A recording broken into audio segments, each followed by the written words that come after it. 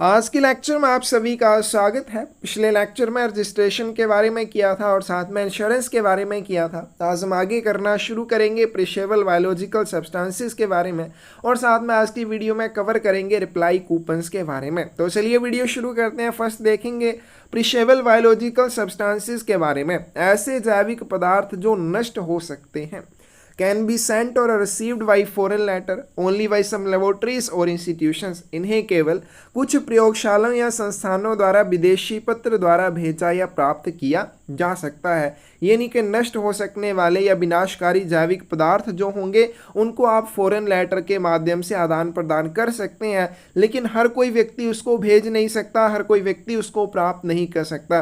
कुछ एक अधिकृत लेबोरेटरीज और इंस्टीट्यूशंस के द्वारा ही इस तरह के पदार्थ भेजे जाएंगे या फिर प्राप्त किए जाएंगे। The exchange of perishable biological substances is permitted only with the countries which admit such substances. खराब हो सकने वाले जो जैविक पदार्थ होंगे उनका आदान प्रदान केवल उन्हीं देशों के साथ किया जा सकता है जो इस तरह के पदार्थों को स्वीकार कर सकते हैं। मतलब जिस देश के लिए आप ये जैविक पदार्थ भेजना चाहते हैं उस देश में जैविक पदार्थों को स्वीकार किया जाना चाहिए, तभी आप उनको भेज पाएंगे, तभी उनका आदान प्रदान किया जाएगा। Articles containing perishable biological substances are accepted only for transmission as registered items by air to the extent airmail service is available। Important point है। अब ये जो perishable biological substances हैं आप इनको कैसे भेजेंगे? ये तो हो जाएगा कि कौन से देश को भेजे जा सकते हैं जो ऐसी वस्तुओं को स्वीकार करेंगे। किसके द्वारा भेजे जा सकते हैं? कुछ एक लेबोरेटरीज और इंस्टीट्यूशंस के द्वारा भेजे जा सकते हैं और प्राप्त भी कुछ एक लेबोरेटरीज और इंस्टीट्यूशंस के द्वारा किए जाएंगे। लेकिन इनको भेजा कैसे जाएगा? तो इनका प्रसारण जो है पंजीकृत वस्तुओं के माध्यम से किया जाएगा। और कैसा प्रसारण दिया जाएगा? इनको हवाई प्रसारण दिया जाएगा, जहां पर भी हवाई प्रसारण उपलब्ध होगा।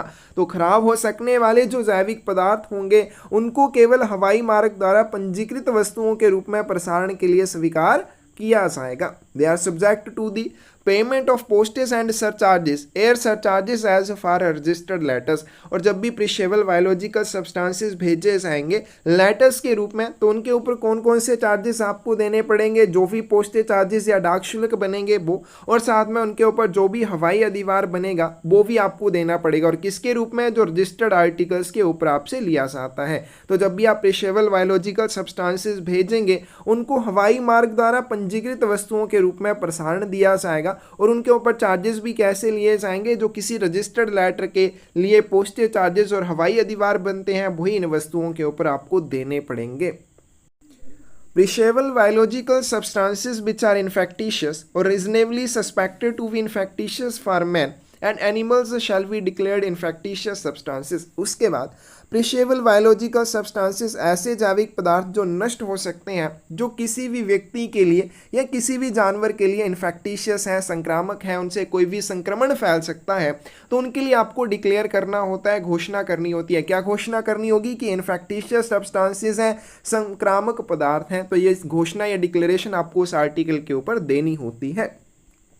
Letter containing such substances shall be subject to the special packing conditions laid down as follow। अब ऐसे कोई भी जैविक पदार्थ जो नष्ट हो सकते हैं और किसी भी व्यक्ति या किसी भी जानवर के लिए संक्रामक हो सकते हैं, जब भी उनको आप लेटर के माध्यम से, पत्र के माध्यम से भेजेंगे तो उसके लिए पैकिंग की कुछ शर्तें हैं। क्या पैकिंग की शर्तें हैं? सबसे पहले sender of infectious substances should ensure that shipment are prepared in such a manner that they arrive at their destination in good condition। सबसे पहले सेंडर को या प्रेषक को इस चीज़ के ऊपर ध्यान देना होगा कि उसने उस डाक वस्तु की जो पैकिंग कर रखी है उस पैकिंग के साथ वो अपने गंतव्य पर अच्छी स्थिति में पहुंच जाए। यानी कि वो रास्ते में फटे ना, रास्ते में उसको कोई नुकसान ना हो, वो अपनी डेस्टिनेशन के ऊपर या जिस भी स्थान के लिए उसको भेजा गया है वहाँ पर वो गुड कंडीशन में, अच्छी स्थिति में जाकर पहुँच जाए। And that they present no hazard to persons और एनिमल्स ड्यूरिंग शिपमेंट। और प्रसारण के दौरान वो किसी भी व्यक्ति या किसी भी जानवर को कोई नुकसान ना पहुंचाए। इस चीज़ का सबसे पहले प्रेषक को ध्यान रखना होगा। आगे चलते हैं, elements of such packing include essentials as, उसके बाद एलिमेंट्स क्या क्या रहेंगे पैकिंग में, किस तरह से पैकिंग करनी है। और वाटर टाइट प्राइमरी रिसेप्टेकल, मतलब इस पैकिंग में कौन कौन सी चीज़ें शामिल होनी चाहिए। सबसे पहले वाटर टाइट प्राइमरी रिसेप्टेकल, एक जलरोधी प्राथमिक संदूक होना चाहिए, मतलब बिल्कुल एयर टाइट होना चाहिए, उसमें से कोई भी चीज़ बाहर नहीं जानी चाहिए। और वाटर टाइट सेकेंडरी पैकिंग, इसमें दो पैकिंग रहेंगी, दो रिसेप्टेकल्स या दो पात्रों का उपयोग किया जाएगा। सबसे पहला भी जलरोधी होना चाहिए और उसके बाद दूसरा जो उपयोग किया जाएगा वो भी जलरोधी माध्यमिक पैकिंग होनी चाहिए। Absorbent material should be placed between the primary receptacle and the secondary packing। उसके बाद ये जो आपने रिसेप्टेकल्स का यूज़ करना है, पहला वाटर टाइट है और दूसरा भी वाटर टाइट है, इन दोनों के बीच में एब्जॉर्बेंट मटेरियल आपको डाल देना है, शोषक सामग्री डाली जानी चाहिए। Outer packing should be of sufficient strength, और उसके बाद जो बाहरी पैकिंग है वो बिल्कुल मजबूत होनी चाहिए according to the regulations of international bodies, के अंतर्राष्ट्रीय निकायों के अनुसार जो बाहरी पैकिंग है वो पर्याप्त रूप से मजबूत होनी चाहिए। तो एलिमेंट्स क्या क्या आ जाएंगे, इसमें दो रिसेप्टेकल्स का यूज़ किया जाएगा, पहला वाटर टाइट प्राइमरी रिसेप्टेकल रहेगा और दूसरा वाटर टाइट सेकेंडरी पैकिंग रहेगी, और इन दोनों के बीच में एब्जॉर्बेंट मटेरियल रखा जाएगा, शोषक सामग्री रखी जाएगी, ताकि रास्ते में अगर कोई भी नुकसान होता है तो वो शोषक सामग्री उस वस्तु को या जो भी आपने इन्फेक्टिशियस सब्सटेंस भेजा है उसको अपने अंदर सोख सके। Although exceptional cases such as whole organs may require special packaging, उसके बाद हालांकि जो असाधारण वस्तुएं होती हैं, जैसे होल ऑर्गन कोई भेजा जा रहे हैं, विशेष रूप से जो आपके अंग वगैरह होते हैं वो भेजे जाते हैं, तो उनके लिए पैकिंग किस तरह से होनी चाहिए। Substances shipped at ambient temperatures or higher, primary receptacles include those of glass, metal और plastic। तो सबसे पहले पदार्थ जो परिवेशन के तापमान या अधिक पर भेजे जाते हैं, प्राथमिक पात्र में कांच, धातु या प्लास्टिक शामिल होनी चाहिए। मतलब ऐसे सब्सटेंसेस जिनको एम्बियंट टेम्परेचर्स या हायर के ऊपर भेजा जाता है, उनमें जो आपने प्राइमरी रिसेप्टेकल का या प्राथमिक पात्र का उपयोग करना है, उसके लिए आप ग्लास का यूज़ कर सकते हैं, मेटल या प्लास्टिक का यूज़ कर सकते हैं। Positive means of ensuring a leak-proof seal must be provided such as heat seal, skittered stoppers और metal crimp seal। उसके बाद लीक-प्रूफ सील सुनिश्चित करने के सकारात्मक साधन प्रदान किए जाने चाहिए। अब जो भी आपने यूज़ किया है, ग्लास यूज़ किया है, मेटल या प्लास्टिक यूज़ किया है, उसके ऊपर आपको लीक-प्रूफ सील लगानी होगी, मतलब जो भी उसका ढक्कन होगा या जहाँ से भी वो खुला होगा वहाँ पर आपको लीक-प्रूफ सील लगानी होगी, ताकि कोई भी वस्तु उसमें से बाहर ना आ सके। उसके लिए आप हीट सील का उपयोग कर सकते हैं, स्केटर्ड स्टॉपर्स का यूज़ कर सकते हैं, या फिर मेटल क्रिम्स का यूज़ भी कर सकते हैं। If screw caps are used they should be reinforced with the tapes. अगर आपने स्क्रू कैप्स का यूज़ किया है क्या, तो इसके लिए आपको क्या करना चाहिए, टेप के माध्यम से उन्हें मजबूत किया जाना चाहिए, मतलब उनके ऊपर आपको टेप लगा देनी चाहिए ताकि वो ढीले ना हो और उनमें से कोई भी वस्तु बाहर आने की संभावना कम हो जाए।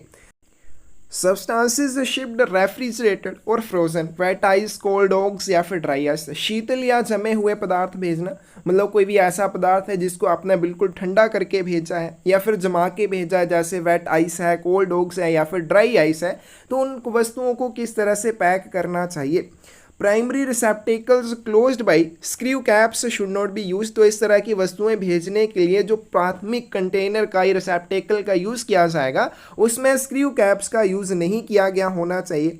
आइस और dry ice must be placed outside the secondary packing, उसके बाद ऐसे सब्सटेंसेस जो आपने ठंडे करके या जमा कर भेजे हैं उनके लिए जो पैकिंग की जाएगी, पहला जो पैकिंग या पहला रिसेप्टेकल रहेगा उसमें स्क्रू कैप्स का यूज़ नहीं किया जाना चाहिए। उसके बाद आपने जो सेकेंडरी पैकिंग करनी है उस सेकेंडरी पैकिंग के बाहर आपको आइस या ड्राई आइस का उपयोग करना चाहिए। Interior support must be provided to secure the secondary packaging in the original position after the ice or dry ice has been dissipated। उसके बाद बर्फ या सूखी बर्फ के छिन्न भिन्न हो जाने के बाद द्वितीय पैकिंग को मूल स्थिति में सुरक्षित रखने के लिए आंतरिक समर्थन प्रदान किया जाना चाहिए। आपने सेकेंडरी पैकिंग के बाहर जो भी आइस या ड्राई आइस रखी है, अगर उसको कुछ नुकसान हो जाता है, वो डिसिपेट हो जाती है, तो ऐसी कंडीशन में सेकेंडरी पैकिंग को अंदर वाली साइड्स से भी सपोर्ट रखनी है, ताकि बर्फ के छिन्न भिन्न हो जाने के बाद उसकी जो सुरक्षा या उसकी मूल स्थिति में कोई भी फर्क नहीं पड़ना चाहिए। If ice is used the packing must be leak proof, अगर आप आइस का या बर्फ का उपयोग करते हैं तो उसके लिए जो पैकिंग है वो लीक प्रूफ होनी चाहिए, क्योंकि अगर बर्फ पिघल जाएगी और आपने लीक प्रूफ पैकिंग का उपयोग नहीं किया है तो बर्फ़ का पानी बाहर आएगा। तो इसलिए आपको इसके लिए जो पैकिंग का यूज़ करना है वो लीक प्रूफ होनी चाहिए। If dry ice is use, लेकिन अगर आप ड्राई आइस यूज करते हैं, the outer packaging must permit the release of carbon dioxide gas. तो आपकी जो आउटर पैकिंग है वो इस तरह की होनी चाहिए कि उसके बाहर कार्बन डाइऑक्साइड गैस जो है वो जा सके, क्योंकि आपकी ड्राई आइस है उसको जब भी हीट मिलेगी तो उसमें से कार्बन डाइऑक्साइड गैस निकलेगी, और सेकेंडरी पैकिंग से अगर बाहर वो कार्बन डाइऑक्साइड गैस नहीं जाएगी तो अंदर क्या हो सकता है, ब्लास्ट हो सकता है। तो इसलिए वो इस तरह की पैकिंग होनी चाहिए, कार्बन डाइऑक्साइड गैस को बाहर जाने में या रिलीज करने में वो हेल्पफुल होनी चाहिए। तो इस तरह से आ जाएगा। सबसे पहले हमारे पास किसके लिए आ जाएगा कि अगर आपने प्रिशेबल बायोलॉजिकल सब्सटेंसेस भेजने हैं तो उनको किस तरह से भेजना है। उसके बाद आपको दूसरा बताया गया अगर आपने रेफ्रिजरेटेड या फ्रोजन सब्सटेंसेस भेजने हैं उनको किस तरह से भेजना है, किस तरह से पैकिंग उनकी करनी है। आगे चलते हैं। The outer box and the outer wrapping, if any, shall be furnished on the side which bears the address of the duly authorized laboratories sending and receiving it with a standardized diamond-shaped label 10 by 10 centimeter or 5 by 5 centimeter with black letters on white ground। बाहरी box या बाहरी आवरण यदि कोई भी आपने use किया तो उसके बाहर, क्योंकि आप रिशेबल बायोलॉजिकल सब्सटेंसेस भेज रहे हैं, इन्फेक्टिशियस सब्सटेंसेस भेज रहे हैं जो संक्रामक पदार्थ हैं, जिसके लिए आपने डिक्लेयर किया है कि इसमें संक्रामक पदार्थ हैं, तो उनके लिए आपको क्या करना चाहिए, जो भी आउटर बॉक्स होगा या आउटर रैपिंग होगी उसके ऊपर आपको एक लेबल लगाना है, और लेबल का साइज इंपॉर्टेंट है 10 सेंटीमीटर बाई 10 सेंटीमीटर और 5 सेंटीमीटर बाई 5 सेंटीमीटर होना चाहिए। और ये पते वाली साइड लेबल लगाया जाना चाहिए। सबसे पहले इसमें पते वाली साइड में क्या होना चाहिए, जो भी लेबोरेटरीज इनको भेज रही हैं, ठीक है, अधिकृत है इनको प्राप्त करने के लिए या भेजने के लिए, उनका एड्रेस इसके ऊपर होना चाहिए। और स्टैंडर्डाइज्ड डायमंड शेप्ड लेबल, मतलब डायमंड की शेप का एक लेवल होना चाहिए जिसका साइज ये रहेगा। उसके ऊपर ब्लैक लेटर्स होंगे और उसका ग्राउंड, मतलब उसका जो नीचे वाली पट्टी या कागज़ का आपने उपयोग करना है वो वाइट कलर का होना चाहिए। अब यहाँ पे ये जो आपको बताया गया इस तरह के सिंबल का उपयोग किया जाता है, ठीक है। तो डायमंड शेप्ड लेवल रहेगा, इस तरह से ये लेवल रहेगा, ठीक है। इसका बैकग्राउंड की बात करें तो वाइट होना चाहिए, मतलब जिस कागज़ के ऊपर ये लेवल रहेगा वो वाइट होना चाहिए, और इसके ऊपर ये सब्सटेंस या इसके ऊपर ये जो वर्ड है वो लिखे होने चाहिए, infectious substances in case of damage और leakage immediately notify public health authority. ये इसके ऊपर वर्ड्स लिखे रहेंगे, इस तरह से ये आपका चिन्ह बना रहेगा, मार्क बना रहेगा कि आपने अगर इसको कोई भी नुकसान हो जाता है तो जल्दी से पब्लिक हेल्थ अथॉरिटी को इस चीज़ के बारे में सूचना देनी है। The top half shall wear the approved symbol for infectious substances and the bottom half the following words infectious substances। ऊपर के आधे हिस्से में संक्रामक पदार्थों के लिए स्वीकृत प्रतीक होना चाहिए, मतलब कि यहाँ पे ये डायमंड शेप्ड लेवल है, इसकी बात की गई। आधा हिस्सा ऊपर वाला, इसके लिए क्या रहेगा, जो भी चिन्ह अधिकृत किया गया इस तरह का चिन्ह इसके ऊपर रहेगा, और नीचे क्या रहेंगे, वर्ड रहेंगे। क्या वर्ड रहेंगे, इन्फेक्टिशियस सब्सटेंसेस। तो यहाँ पे लिखे हुए हैं इन्फेक्टिशियस सब्सटेंसेस, और ये साथ में लिखा होगा इन केस ऑफ डैमेज और लीकेज, कि अगर इसको कोई भी नुकसान हो जाता है, ये लीकेज हो जाती है, immediately notify public health authority, तो आपको जल्दी से पब्लिक हेल्थ अथॉरिटी को इस चीज़ के बारे में बताना होगा।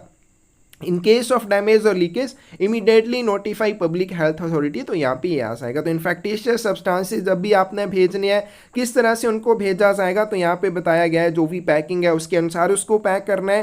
पैक करने के बाद उसकी जो आउटर रैपिंग होगी, यानी कि उसका बाहरी जो आवरण होगा या आउटर बॉक्स जो भी होगा, उसके ऊपर पते वाली साइड में जहाँ पे उन दोनों अधिकृत लेबोरेटरीज के नाम लिखे होंगे जो इस तरह के आर्टिकल्स को भेजने के लिए या प्राप्त करने के लिए अधिकृत होंगी, और साथ में एक डायमंड शेप्ड लेवल भी उसके ऊपर रहेगा जिसका साइज 10 सेंटीमीटर बाई 10 सेंटीमीटर और 5 सेंटीमीटर बाई 5 सेंटीमीटर होना चाहिए। उसके ऊपर ब्लैक लेटर्स, काले अक्षर होने चाहिए वाइट ग्राउंड के ऊपर, यानी कि जिस पेज के ऊपर ये सिंबल रहेगा पेज वाइट होना चाहिए, और ये सिंबल और जो वर्ड्स बताए गए हैं, लेटर्स बताए गए हैं, ये ब्लैक लेटर्स में होने चाहिए। अब ये जो डायमंड शेप्ड लेवल है इसका आधा ऊपर वाला हिस्सा उस चिन्ह के लिए आरक्षित रहेगा जो चिन्ह यूज किया जाएगा इन्फेक्टिशियस सब्सटेंसेस की पहचान के लिए, और नीचे वाले हिस्से में ये वर्ड जो है वो लिखे जाएंगे।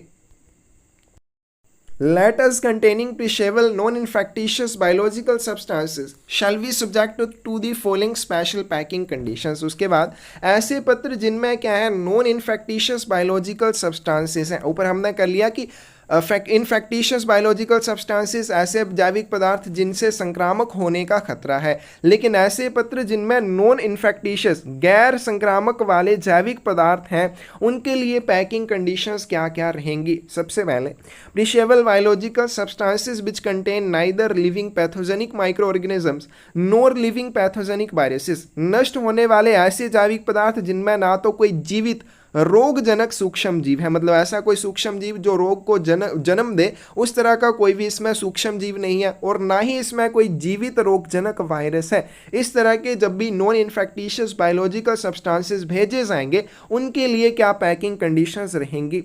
They shall be packed in an inner non-porous container with an outer protective container and with absorbent material placed either in the inner container or between the outer and inner container। तो क्या बताया गया, इसमें आपने दो containers का use करना है। जो इनर कंटेनर या आंतरिक कंटेनर रहेगा जिसमें आप इस तरह के नॉन इन्फेक्टिशियस सब्सटेंसेस को डाल के भेजेंगे वो कैसा होना चाहिए, नॉन पोरस होना चाहिए। दूसरी बात, इसको आपने दूसरे प्रोटेक्टिव कंटेनर के अंदर डालना है। दूसरा प्रोटेक्टिव कंटेनर के अंदर डालने के बाद इसमें आपने अब्जॉर्बेंट मटेरियल डालना है, इसमें शोषक सामग्री डाल देनी है जो कि इनर कंटेनर के अंदर भी डाली जा सकती है या पहले और दूसरे कंटेनर के बीच में भी डाली जा सकती है। तो पहला आपने कंटेनर यूज कर लिया जो कि नॉन पोरस होना चाहिए, उसके बाद एक और आउटर प्रोटेक्टिव कंटेनर होना चाहिए। अब आपने जो इसके अंदर अब्जॉर्बेंट मटेरियल डालना है वो आप इनर जो कंटेनर है उसके अंदर भी डाल सकते हैं। पहले आपने क्या कर दिया, इस इनर कंटेनर के अंदर जो भी नॉन इन्फेक्टिशियस प्रिशेबल बायोलॉजिकल सब्सटेंस है उसको डाला, उसको डालने के बाद उसमें जो भी अब्जॉर्बेंट मटेरियल है वो डाल दिया।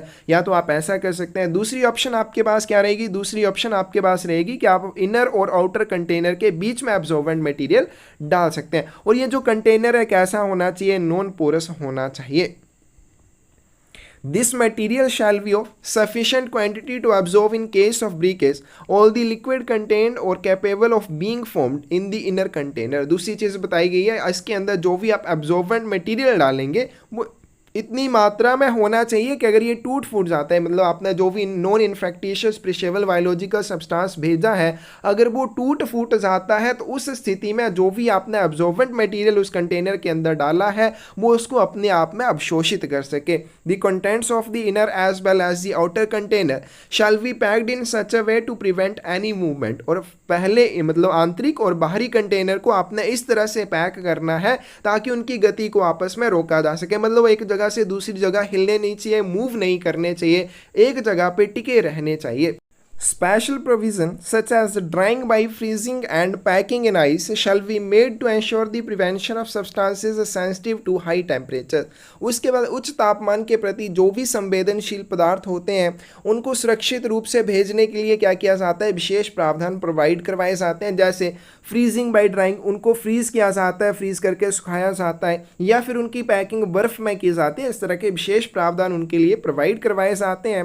Air transmission which entails changes of atmospheric pressure makes it necessary if the substances are packed in sealed vials or well stopped bottles that these containers be strong enough to withstand variations in pressure। उसके बाद हवाई प्रसारण जिसमें वायुमंडलीय दबाव में परिवर्तन होता है, मतलब अगर इनका हवाई प्रसारण किया जाना है, अब हवाई प्रसारण के लिए उनको हवाई जहाज के माध्यम से भेजा जाएगा और हवाई जहाज में एटमॉस्फेरिक जो प्रेशर होता है वो चेंज होता रहता है। तो इस तरह के प्रसारण में क्या हो जाएगा, ये आवश्यक हो जाता है यदि पदार्थ सीलबंद शीशियों में अच्छी तरह से बंद बोतल में पैक किए गए हैं तो ये कंटेनर दबाव में बदलाव का सामना करने के लिए पर्याप्त मजबूत होने चाहिए। तो कंटेनर जो इसके लिए यूज़ किए जाएंगे वो इतने सक्षम होने चाहिए कि वो एटमॉस्फेरिक प्रेशर के चेंज को या बदलाव को झेल सकें। Outer container wrapping on address side shall be furnished with violet coloured लेवल। उसके बाद बाहरी कंटेनर के पते वाली साइड बैंगनी रंग का एक लेवल लगाया जाना चाहिए, जैसे हमने ऊपर कर लिया। इन्फेक्टिशियस जो सब्सटेंसेस रहेंगे प्रिशेबल बायोलॉजिकल वाले, उनके मामले में जो लेवल रहेगा वो डायमंड शेप का रहेगा, इस तरह से रहेगा, ऊपर इसमें सिंबल रहेगा और नीचे जो है लेटर्स लिखे जाएंगे। लेकिन नॉन इन्फेक्टिशियस प्रिशेबल बायोलॉजिकल सब्सटेंसेस के मामले में ये जो लेवल रहेगा इसका ग्राउंड कैसा रहना चाहिए, वायलेट कलर का रहना चाहिए, और इसके मामले में कैसा होगा, व्हाइट कलर का होगा। तो इस तरह से ये लिखा होगा, इस तरह से इसके ऊपर एक सांप जैसा सिंबल बना होगा, तो इस तरह के सिंबल का इसके लिए यूज किया जाएगा। Conditions apply to articles addressed to USA, USA United States of America के लिए अगर आप इस तरह का कोई भी आर्टिकल भेजना चाहते हैं उसके लिए क्या कंडीशंस रहेंगी। Biological substances of dangerous pathogenic nature, खतरनाक रोगजनक प्रकृति के जैविक पदार्थ के मामले में अगर आप संयुक्त राज्य अमेरिका को लेख भेजना चाहते हैं तो उसके लिए कौन कौन सी शर्तें लागू होंगी। Note exceed limit 1/2 litre 1 pint, मात्रा जो है 1/2 लीटर से ज़्यादा नहीं होनी चाहिए, मैक्सिमम इतना आप भेज पाएंगे। The bottle of glass, tube or phial containing substance shall be surrounded with absorbent material containing a substance for preventing contamination and capable of neutralising the pathogenic organism. अब आप क्या भेज रहे हैं, आप भेज रहे हैं खतरनाक रोगजनक प्रकृति के जैविक पदार्थ, तो उसके लिए सबसे पहले मात्रा बताइए कि 1/2 लीटर से ज़्यादा नहीं होनी चाहिए। दूसरी बात, आपने जिस भी कांच ट्यूब या शीशी युक्त पदार्थ की बोतल का उपयोग किया है, मतलब आपने जो भी कांच ट्यूब या शीशी का उपयोग किया है जिसमें आप इस तरह की कोई भी पदार्थ भेज रहे हैं, उसके बाहर आपको क्या करना चाहिए, एक अवशोषक सामग्री लगानी होगी। अवशोषक सामग्री मतलब जो उसको एब्जॉर्व कर सके। क्यों एब्जॉर्व कर सके, अगर वो टूट फूट जाती है, क्योंकि वो खतरनाक रोगजनक प्रकृति के जैविक पदार्थ हैं, अगर वो टूट फूट जाते हैं और लीक हो जाते हैं तो किसी को भी नुकसान पहुंचा सकते हैं। तो उस चीज़ से बचने के लिए जिस भी कांच ट्यूब या शीशी का आप उपयोग करेंगे उसके बाहर आपको अवशोषक सामग्री लगानी होगी, और ये जो सामग्री है रोगजनक जीव को निष्क्रिय करने में सक्षम होनी चाहिए, उसको न्यूट्रलाइज करने में सक्षम होनी चाहिए।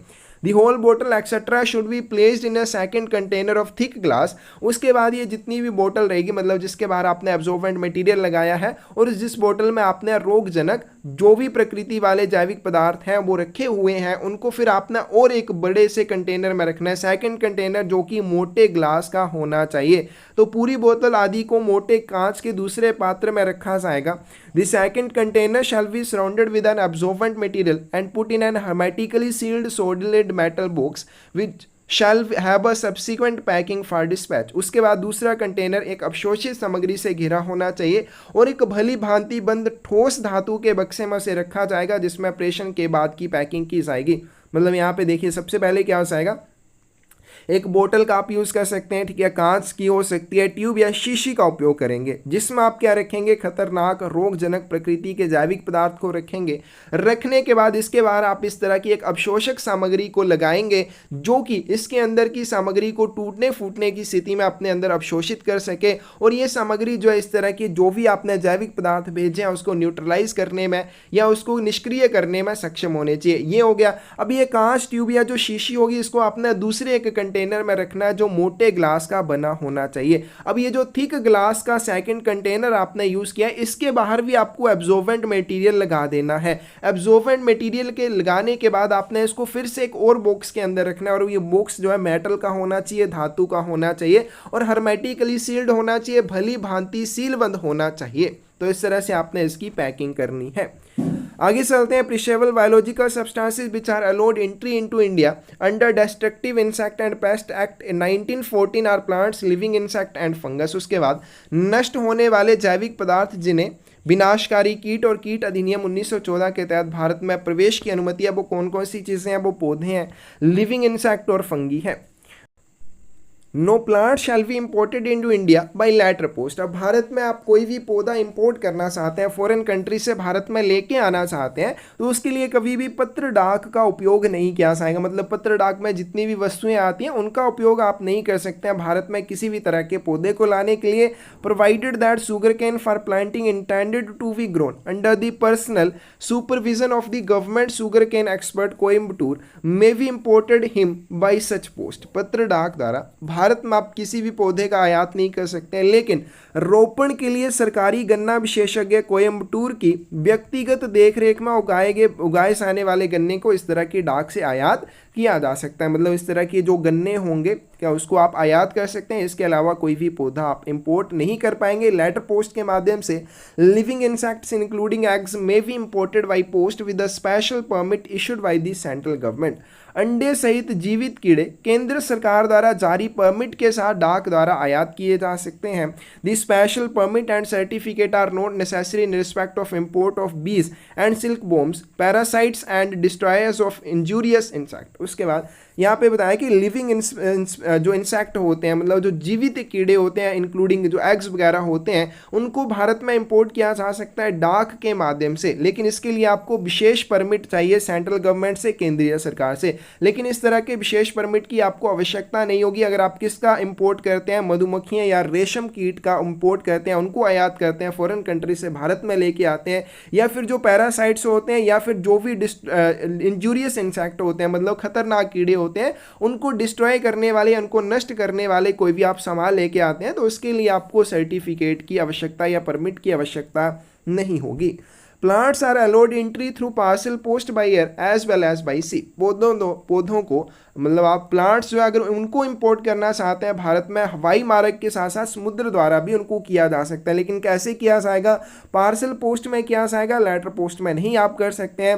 लेमन, लाइम, ऑरेंज और ग्रेप्स फ्रूट प्लांट्स और other citrus plants are prohibited unless accompanied by a certificate regarding freedom from mal secco disease in addition to general phytosanitary certificate. तो क्या बताया गया? नींबू, चूना, संतरा, अंगूर के फल या पौधे जो भी सिट्रस प्लांट होते हैं, मतलब खट्टे जो फलों वाले पौधे होते हैं, उनको भारत में अगर आप इंपोर्ट करना चाहते हैं तो उसके लिए आपको क्या चाहिए? सामान्य फाइटोसैनिटरी प्रमाण पत्र चाहिए और साथ में मालसैको डिसीज या रोग से मुक्ति के प्रमाण पत्र भी एक चाहिए होगा। मतलब इस तरह के दो आपको सर्टिफिकेट चाहिए, एक तो मालसैको डिसीज वाला और दूसरा कौन सा चाहिए? सामान्य फाइटोसैनिटरी प्रमाण पत्र आपको चाहिए। अगर ये दो प्रमाण पत्र आपके पास हैं तो आप इस तरह के पौधों को इंपोर्ट कर पाएंगे, अगर नहीं है तो आप नहीं कर सकते हैं।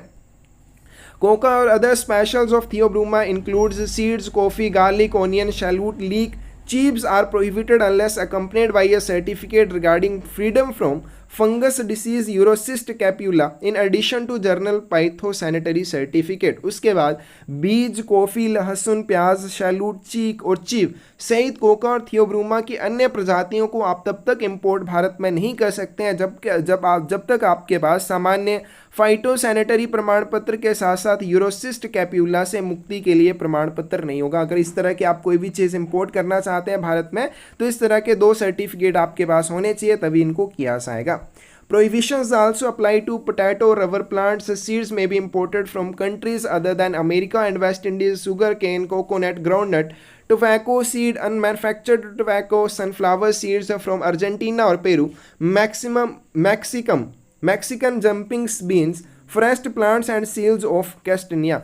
तो दूसरे आलू, रबर के पौधे, ठीक है, बीज अमेरिका और वेस्ट इंडीज़ के अलावा अन्य देशों से आयात किए जा सकते हैं। गन्ना, नारियल, मूंगफली, तंबाकू बीज जो अनिर्मित होता है, मतलब अभी जिसको तैयार नहीं किया उस तरह का कोई तंबाकू है। अर्जेंटीना और पेरू से सूरजमुखी के बीज, मैक्सिकन जंपिंग बीन्स, वन पौधे और कैस्टिनिया के बीज पर भी प्रतिबंध लागू होता है। मतलब इस तरह की चीज़ों को आप इंपोर्ट भारत में नहीं कर सकते हैं।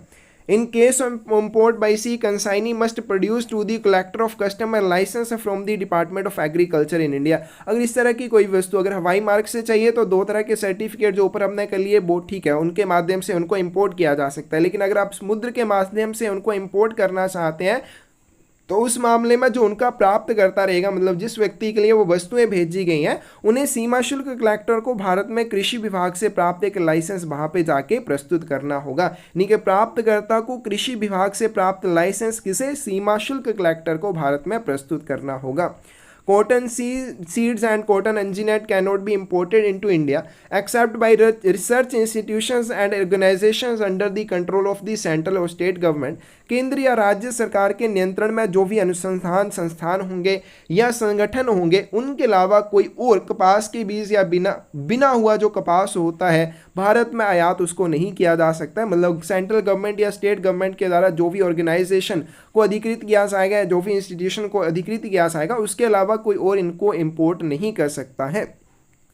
Import of cotton engineered Mexican jumping beans, sugar cane by sea from Fiji, Iceland, New Guinea, Australia, Philippines is prohibited absolutely. उसके बाद फिजी द्वीप, न्यू गिनी, ऑस्ट्रेलिया, फिलीपींस से बिना हुआ कपास, मैक्सिकन जंपिंग बीन्स, गन्ने का समुद्र के द्वारा आयात बिल्कुल प्रतिबंधित होगा। इतने ज़्यादा इंपॉर्टेंट नहीं है लेकिन पढ़ लेना, हो सकता है कई बार पूछ लिया जाए।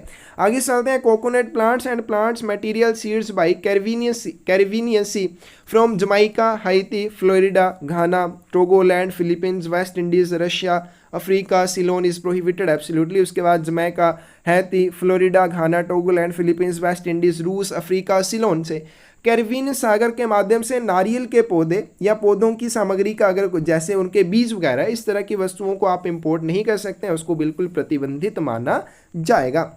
Live fungi culture media living plants pose imported to India only in tube और other containers for fungus clearly marked with name of fungus if consigned to. Culture media में जीवित कवक, जीवित पौधे, बीजाणु केवल ट्यूब में भारत में आयात किए जा सकते हैं और कवक के लिए अन्य जो कवक के लिए आपने अन्य कंटेनर्स का अगर यूज़ किया तो कवक के नाम को स्पष्ट रूप से उसके ऊपर चिन्हित किया जाना चाहिए जिसके लिए इसे संबोधित किया गया हो। किसके लिए संबोधित किए जाने चाहिए? Head of division of mycology, Indian agriculture research institute new Delhi, forest mycologist या फिर फॉरेस्ट रिसर्च इंस्टीट्यूट देहरादून, इनके लिए से कंसाइन किया गया होना चाहिए, भेजा क्या होना चाहिए। ठीक है जी, तो ये आ जाएंगे आपके अप्रिशिएबल बायोलॉजिकल सब्सटेंसेस के बारे में पढ़ लेने अच्छे से। इतना इसमें कुछ इंपॉर्टेंट नहीं है जो पूछा गया हो कभी। ठीक है, तो जितने भी हम क्वेश्चन पेपर्स करते हैं उनमें इस तरह के या इसमें से कभी भी कोई क्वेश्चन पूछे नहीं गए हैं, लेकिन फिर भी आपको इनको अच्छे से पढ़ लेना है क्योंकि हो सकता है क्वेश्चन यहाँ से आ जाए। लेकिन ये जो सिंबल हैं, सिंबल जरूर आपने याद कर लिया, जैसे अर्जेंट मेडिसिन के बारे में कर लिया, इन्फेक्टिशियस सब्सटेंसेस या नॉन इन्फेक्टिशियस सब्सटेंसेस के मामले में कौन सा सिंबल यूज़ करना है,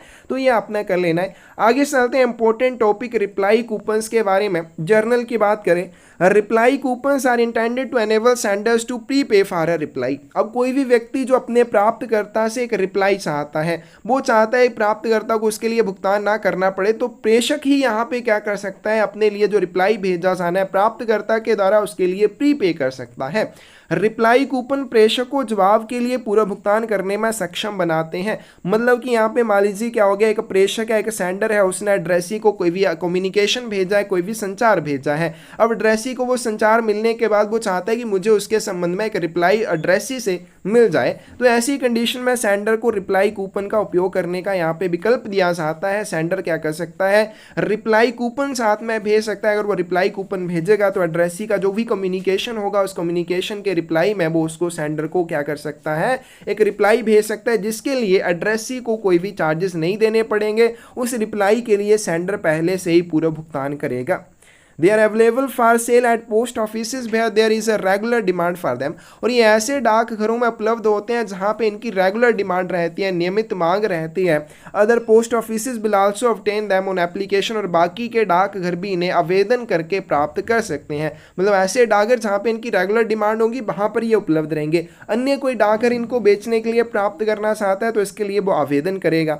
before issue the reply coupon will be date stamped by the office of issue. Before issue of reply coupon issue करने से पहले, जारी करने से पहले जारी करने वाले कार्यालय की उनके ऊपर दिनांक मोहर लगनी चाहिए। जो भी कार्यालय के द्वारा रिप्लाई कूपन जारी करेगा, जारी करने से पहले उसके ऊपर अपने कार्यालय की वो डेट स्टैंप लगाएगा।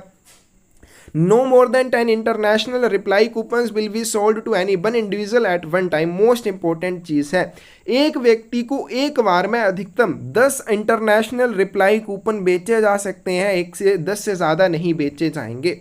आगे चलते हैं, इंटरनेशनल रिप्लाई कूपन्स की बात करते हैं। The international reply coupons can be exchanged in any country which is a member of the universal postal union. तो इंटरनेशनल रिप्लाई कूपन, अंतर्राष्ट्रीय जवाबी कूपन, किसी भी देश के साथ आदान प्रदान इनका किया जा सकता है, लेकिन वो देश यूनिवर्सल पोस्टल यूनियन का सदस्य देश होना चाहिए। अमाउंट फॉर पोस्टिंग और इंटरनेशनल रिप्लाई कूपन को पोस्ट करने के लिए क्या चार्जेस रहते हैं? As amount for repaying a surface unregistered letter of first bet step for a foreign country. तो देखा जाएगा जितना डाक शुल्क विदेशी देश को सतह अपंजीकृत पत्र को भेजने के लिए पहले वजन चरण में लिया जाता है, फर्स्ट वेट स्टेप में देखा जाएगा फॉरेन कंट्री के लिए जो अनरजिस्टर्ड और कैसा सरफेस वाला सतह डाक के माध्यम से भेजा जाने वाला अपंजीकृत पत्र के लिए कितने चार्जेस बनेंगे, उसी के अनुसार आपको इसकी पोस्टिंग के लिए चार्जेस देने होंगे। In some cases stationery is also given in exchange, और कुछ मामलों में इसके बदले में स्टेशनरी भी दी जाती है। आगे चलते हैं, the country where the coupon is exchanged can also demand the simultaneous production of letter intended to be sent as reply. तो जिस देश में कूपन का आदान प्रदान किया जाता है वो उत्तर के रूप में भेजे जाने वाले पत्र को एक साथ प्रस्तुत करने की मांग भी कर सकता है। On presentation of a sufficient number of coupons they can also be exchanged for postage stamps required for repaying a letter weighing 20 gram for dispatch by air. पर्याप्त संख्या में अगर आप कूपन प्रस्तुत करते हैं तो उन्हें हवाई मार्ग से प्रेषण के लिए स्वीकार कर लिया जाएगा। कैसे किया जाएगा? 20 ग्राम वजन वाले पत्र को जो भी चुकाने के लिए डाक टिकट लगेंगे वही चार्जेस का भुगतान करके आप इनको बाय एयर भी भेज पाएंगे। अदर सर्विसेज एंड डिलीट 91 को डिलीट कर दिया गया है। 92 में certificate of posting, certificate of posting same आपका इंलैंड पोस्ट की तरह रहेगा। इंलैंड पोस्ट में भी अब ये बंद हो चुका है, लेकिन कर लेना है, क्या पता हो सकता है पूछा जाए। लेट फीस भी इसके ऊपर इंलैंड पोस्ट के जितनी ही लगेगी, जैसे इंलैंड पोस्ट में वैसे ही यहाँ पे ली जाती है। तो इतना इंपॉर्टेंट आज का लेक्चर नहीं है, लेकिन रिप्लाई कूपन्स के बारे में अच्छे से कर लेना, बाहर से जरूर क्वेश्चन पूछा जाएगा। यहाँ पे आप प्रिशेबल बायोलॉजिकल सब्सटेंसेस वाले टॉपिक को स्किप करना चाहते हैं स्किप कर सकते हैं, लेकिन आप चाहते हैं कि आपकी सिलेक्शन में कोई भी कमी ना रहे तो उसके लिए आप इसको पढ़ना चाहें तो जरूर पढ़ सकते हैं। कोई भी डाउट हो, गलती नजर आए, जरूर बता सकते हैं। धन्यवाद।